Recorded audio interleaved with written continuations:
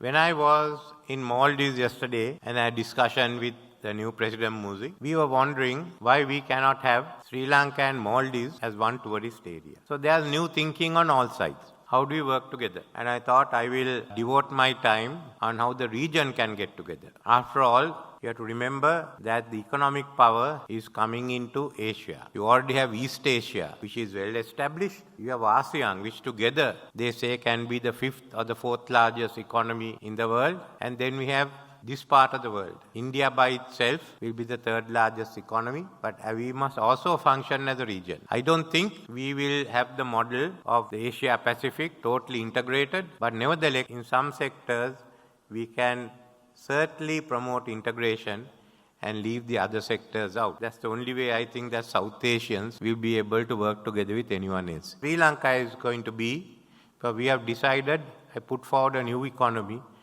during the budget proposals. Actually, I had no budget proposals. I only had proposals regarding the new economy. Having recovered from the economic crisis, restructure, what were our main aims? One was the trade surplus, other was the budgetary surplus, and to modernize. So what our principal objectives are? Competitive economy, digital transformation, energy transition, and a green economy. A regional logistic hub. Utilize Industry 4 technology for the future. Secondly, the accelerated agriculture modernization program and fisheries modernization, which also being Sri Lanka's economy will make agriculture a part of Sri Lanka's economy. Go ahead and modernize agriculture, help the small farmer, help the large enterprises, both to get them moving. The government reform the government-oriented extension system into a combined one where government and the private sector take so, and the private sector take the lead, especially on the supply chain. Since 1931, about 2 million acres have been given out to farmers, small-time farmers. But no one has got ownership. They have a permit under the Land Development Ordinance. Our decision is to change that and ensure that these 2 million acres, the farmers who hold it, have freehold rights to it.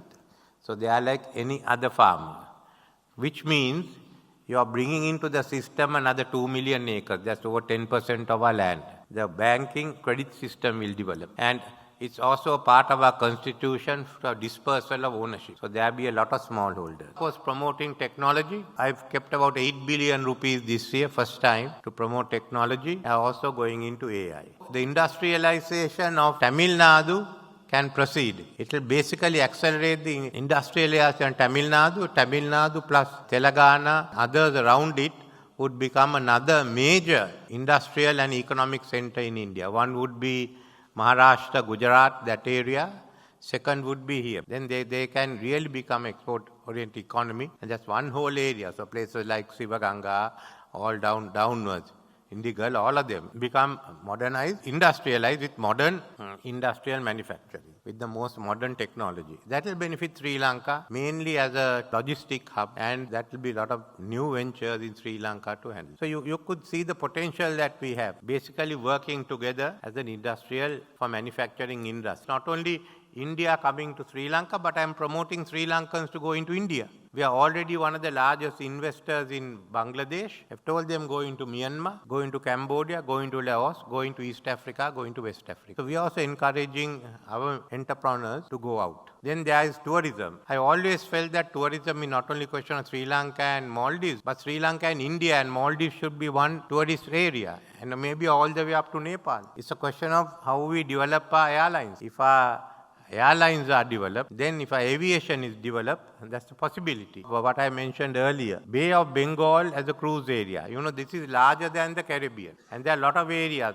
Sri Lanka's east coast, which is not opened up. You all have some very good spots on the east coast of India.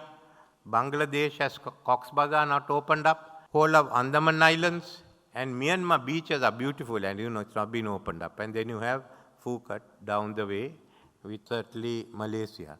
But these are ways. Basically, if most of the Indians decide to take a cruise and most of the Chinese decide to take a cruise, there's no need to get anyone from Europe. We won't have enough ships. That's about all.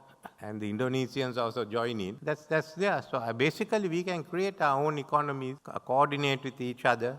Sri Lanka has applied to enter the RCEP. We have a free trade agreement with Singapore. We'll conclude one with Thailand.